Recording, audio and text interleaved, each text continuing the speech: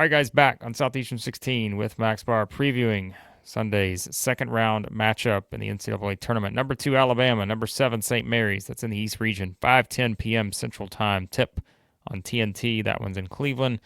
Max, we saw the Gales come back Yes. against Vanderbilt, get a nice win over the Commodores. Meanwhile, we saw Alabama have an interesting first round game in the 215 spot against Robert Morris, 90-81. The final in that one. Don't think the Tide will be particularly pleased with their defense and or rebounding in that particular game. Gave up 16 offensive rebounds to Robert Morris in that one, and that's going to be a theme, I think, when we talk about one of the storylines in this game. But yeah, it was not the best performance for the Tide, and I think they were trailing at one point with 7 minutes to go in the second half. But we'll see if that was just sort of that getting that first game out of the way. But the thing is, they still scored 90 points, and I feel like no matter what Alabama does, they're going to get their points. But that will be put to the test when they play a St. Mary's team that we know and have talked about, built on the defensive end of the floor, and just held the Commodores there to 56. This might be the furthest contrast of styles Yes. possible in the nation. You have Alabama's offense. Their tempo, their offensive tempo ranks 4th in the nation. St. Mary's offensive tempo ranks 360th.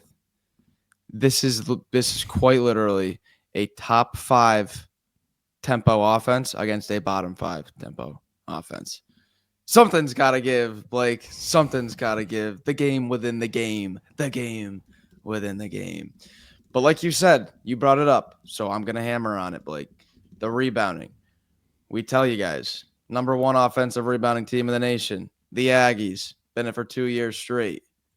Who has been stuck right behind the Aggies at number 2 in the nation in offensive rebounding? The Gales of St. Mary's. Blake, they hammer the glass. It's what they build their offense on. If you look at the offensive profile, it's not as bad as the Aggies, but the offensive shooting percentages not the best. And man, do they clean it up with the glass and get those second, third opportunities.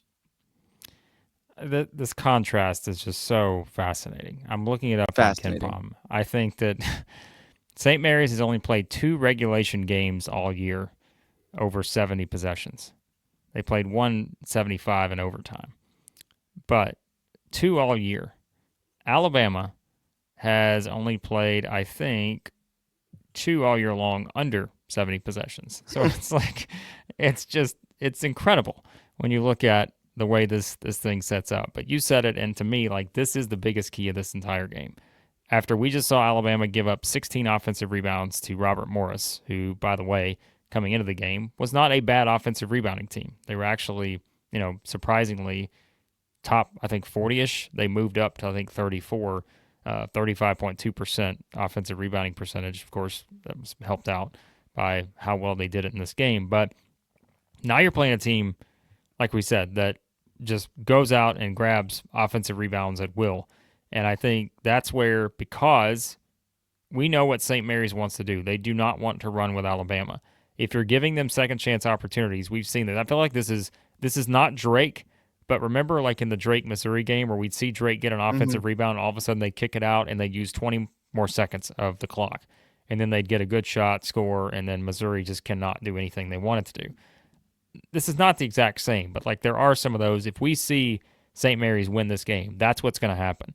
Is they're going to get offensive rebounds, they're going to kick it back out, they're going to run their offense for 20 seconds. And Alabama's not going to get that opportunity to get out and go the way they want to. And I think that's exactly how this is going to play out. But like we said, too, we can also look at this from St. Mary's perspective and say, if you're not getting offensive rebounds, you're in trouble. Because, like, big time. Because this is one where if Alabama gets the rebound and they get out and go, I mean, it's going to be impossible to stop them. And I feel like that is where we always talk about with Alabama. Take away some of the stuff defensively that can be frustrating at times. They're not going to force a lot of turnovers. We've said that this year, all those things. But if you let them get out and get running, it just, I think, completely changes this game. And so who is going to let this thing play out their way? Because both teams have been so stingy at it this year where it's like, you see both of them in pretty much every instance are able to play the game exactly the way they want to play it. And so something's got to give here because St. Mary's is coming off of one of their, I think it's their second lowest possession or third lowest possession game of the season against Vanderbilt. So can they work similar magic, which Vanderbilt gets up and down the floor? They're not Alabama, but can St. Mary's work that similar magic here to really make Alabama play in the half court? That's where I think the rebounding stuff comes into play. I think the start has a massive impact on this game just because of the styles. The first 5-10 minutes, if St. Mary's has that 5 to 8 point lead and they can just dribble the air out of the ball, and you're an Alabama fan watching this game and you trying to rip your hair out because you are like, this is so frustrating to try to come back against. This is brutal. Flip side, Alabama's up by 10. I don't know how St. Mary's gets back in the game. Both ways, I think the start is very important. Another factor is St. Mary's ability to not foul defensively.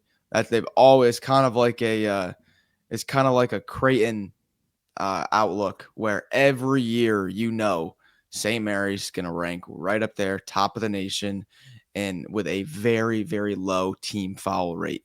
And in a game that could have maybe a little bit more possessions than St. Mary's is used to playing, how could those 2 7-footers maybe, impact the game? I know Saxon's not quite 7 foot, but he plays it basically. The 2 shot blockers, Saxon and Wessels, maybe a higher paced game. One of them gets into foul trouble, and then that really starts to change things for the Gales and what they like to do around the rim. Not as deep, clearly, as the Tide. Yeah, I just think it's like, how does Alabama defensively filter St. Mary's? Where do they push them to? Like, where do Yeah. they want them to try to beat them? And I think that's what this comes down to too. Is like, you have to decide how you want to guard here, and Alabama's got to guard better than they did for the majority of that game and against Robert Morris. But I think that to me is going to be interesting because, like you said, it is one where you look at sort of how St. Mary's gets their points, and it's just like, okay, come on in there and try to score on Big Cliff and Mo.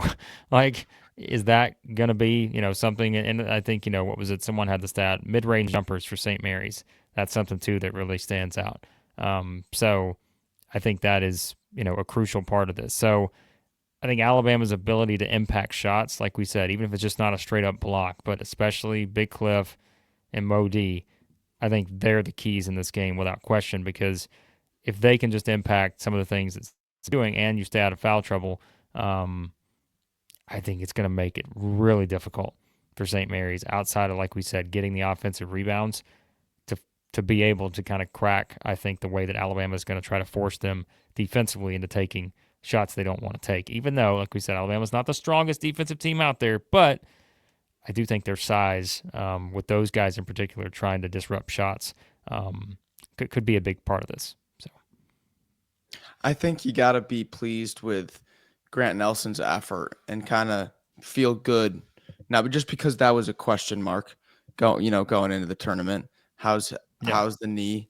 How's his health going to be? He was such a big part of some big time wins in conference play. How's his status going to be? It was, we hope, like by worst Saturday or Sunday, I think was what Nate Oates said in the beginning. So you get that nice little spurt from him. And you're like, okay, I feel good about Grant. Blake, you've got to go. Okay, here's a little pop quiz. When is the last time St. Mary's made it out of the first weekend? They won 2 games in March because they've been to the tournament. They've been to the tournament a lot. I don't remember. When was that? Has it been a while? It's back in 2010 was the last time Randy Bennett took the Gales to the Sweet 16. That was the Matthew Dellavedova freshman year. It's been 15 years since the Gales have made it out. Do they do it this year, Blake? That's the big question. Are you ready for picks? I'm ready. I feel like a lot of people, myself included, see the 5.5 point favorite for Alabama, the minus 250, and go, there's a nice, easy, confident pick. I don't know where my left from my right is anymore. The bracket's busted. I can't tell. No mid-majors are winning. I don't know where the upset's going to hit me. I feel great about Alabama. I feel too great. That's what I'm trying to tell you guys. I'm a little bit nervous about this because I feel fantastic about Alabama in this spot. I just don't see how St. Mary's keeps up with the Tide and their physicality. I know that Saxon and Wessels can do what they do around the rim defensively, but I just feel like the relentless attack from Alabama is too much. Give me Alabama, but Blake, I'm way too confident in the Tide. I'm nervous. So I feel like the only possible comp in terms of opponent we can have is Gonzaga for St. Mary's. Mm-hmm. The results 62-58 in a 61 possession game. St. Mary's won. 74-67 in a 62 possession game. St. Mary's won. 58-51 in a 62 possession game. Gonzaga won. Each time they managed to keep the game exactly how they needed it to be. Even though they lost the last one, they couldn't score enough points, right? Yeah. I think that may be the story more than anything, is that I just think Alabama's going to get their points. And I do feel like it's a scenario where I'm not saying the Crimson Tide are the most trustworthy defensive team in the world, but I do wonder, just we always say it with Big Cliff and Mo D, like those guys impact the game in so many ways defensively. Mm-hmm. I think it makes some of those 2-point jump shots a little bit tougher for St. Mary's just by having those guys with their hands in the air. So I'm gonna pick Alabama in this one. I do think they will find a way to force the tempo up a little bit. And like you said, that first 5 to 8 minutes of this game, to me, it's somewhat similar. Oregon Liberty, right? Think about how much Liberty was a hot sort of underdog pick. What happened? They got off to a terrible start, and you knew immediately Oregon jumped out like 11-2 or something. You're thinking, how do they get back in the game? There's no way.